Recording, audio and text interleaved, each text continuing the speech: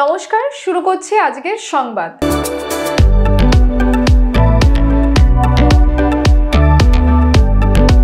বর্ধমান শহর ও তার পারিপার্শ্বিক এলাকাকে নিয়ে বাম আমলেই গঠন করা হয়েছিল বর্ধমান উন্নয়ন সংস্থা বা বিডিএ।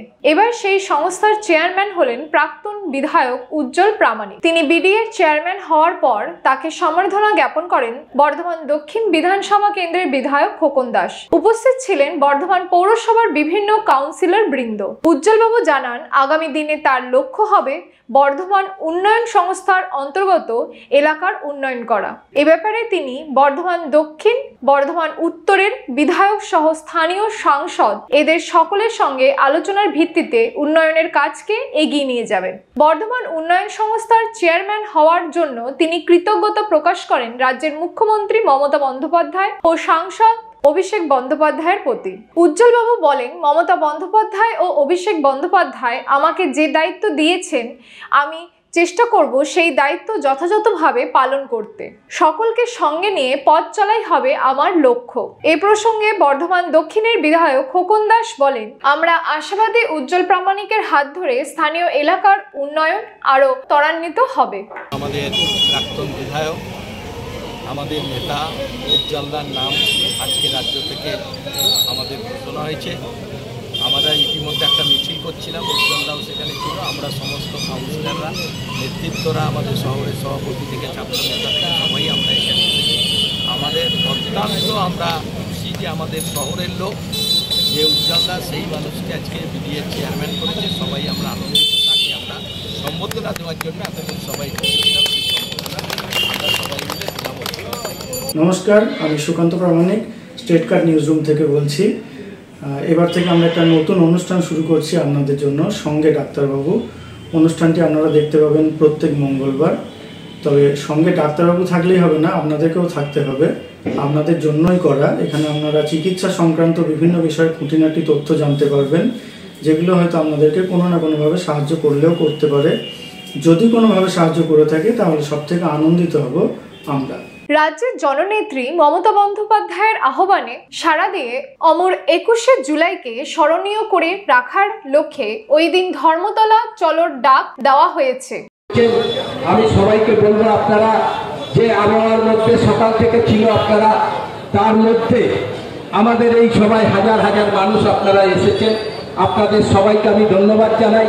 যেই আজকে 21শে জুলাইয়ের সভায় যাতে হাজার হাজার মানুষ বর্ধমান শহর থেকে ধর্মতলায় যায়, তার আহ্বান জানিয়ে যে মিছিল, আমি খোকন দাসকে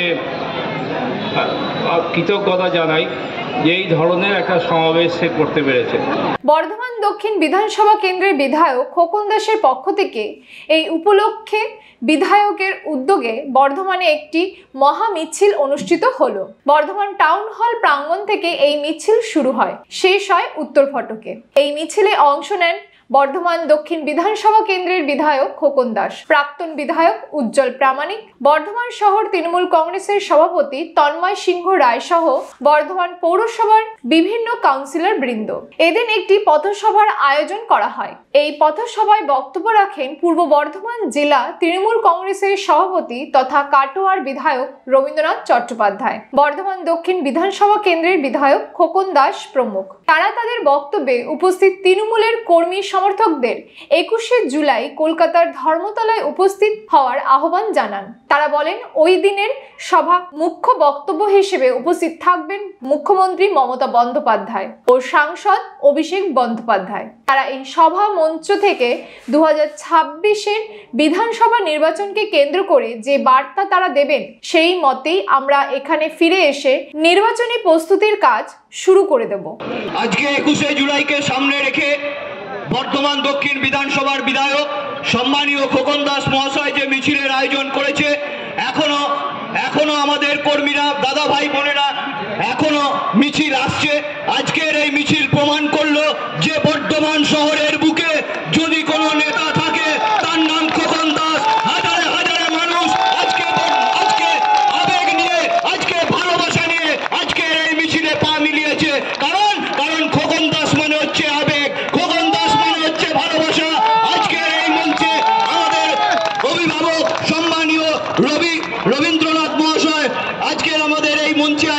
সবাইকে বলবো আপনারা যে আবহাওয়ার মধ্যে সকাল থেকে ছিল আপনারা, তার মধ্যে আমাদের এই সবাই হাজার হাজার মানুষ আপনারা এসেছেন। আপনাদের সবাইকে আমি ধন্যবাদ জানাই যে এইভাবে আপনারা আমাদের এই মিছিলকে সফল করার জন্য। আমরা আশা রাখবো যে 21শে জুলাই বর্ধমান শহর থেকে কয়েক হাজার মানুষ তারা ধর্মতলায় হাজির হবে। বর্ধমান জেলা হেডকোয়ার্টার আপনারা তো যাবেনই, তার সঙ্গে আপনাদের আরও কিছু দায়িত্ব থাকে, যেমন রেল স্টেশনে খোকন বলল ক্যাম্প করতে হবে, বিভিন্ন গ্রাম থেকে যে সমস্ত কর্মীরা যাবেন তাদের যাতায়াতে যাতে অসুবিধা না হয় সেগুলো দেখতে হবে। ঠিক তেমনি বর্ধমান শহরকে সচল রাখার জন্য সবাইকে সজাগ থাকতে হবে।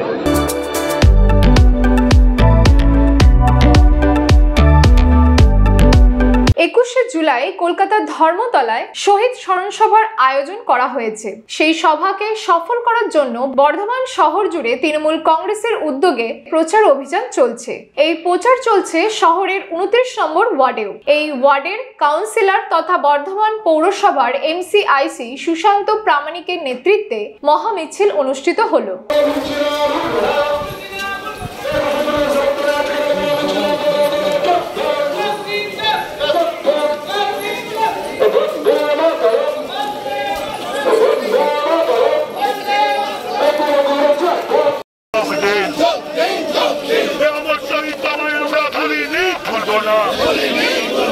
এই মিছিল থেকে 21শে জুলাইয়ের সভাকে সফল করার আহ্বান জানানো হয়। ওয়ার্ডে তৃণমূল কংগ্রেসের প্রত্যেক নেতৃত্ব ও কর্মী এবং সমর্থকদের 21শে জুলাইয়ের সভায় কলকাতায় উপস্থিত হওয়ার জন্য বার্তা দেওয়া হয়। সুশান্ত প্রামাণিক বলেন, আমরা চাই প্রতি বছর যেমন এখান থেকে তৃণমূলের কর্মী সমর্থকরা কলকাতায় উপস্থিত হন, তেমনি এবারও তারা যেন সেখানে যান। এবার এই ওয়ার্ড থেকে সর্বোচ্চ সংখ্যক তৃণমূলের নেতৃত্ব ও কর্মী কলকাতার ধর্মতলায় 21শে জুলাই উপস্থিত হবেন বলে উল্লেখ করেন কাউন্সিলর। নমস্কার, আমি সুকান্ত প্রামাণিক, স্টেট কার্ড নিউজ রুম থেকে বলছি। এবার থেকে আমরা একটা নতুন অনুষ্ঠান শুরু করছি আপনাদের জন্য, সঙ্গে ডাক্তারবাবু। অনুষ্ঠানটি আপনারা দেখতে পাবেন প্রত্যেক মঙ্গলবার। তবে সঙ্গে ডাক্তারবাবু থাকলেই হবে না, আপনাদেরকেও থাকতে হবে। আপনাদের জন্যই করা। এখানে আপনারা চিকিৎসা সংক্রান্ত বিভিন্ন বিষয়ে খুঁটিনাটি তথ্য জানতে পারবেন, যেগুলো হয়তো আপনাদেরকে কোনো না কোনোভাবে সাহায্য করলেও করতে পারে। যদি কোনোভাবে সাহায্য করে থাকে তাহলে সব থেকে আনন্দিত হব আমরা।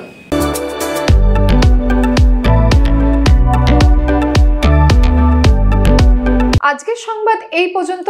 নমস্কার।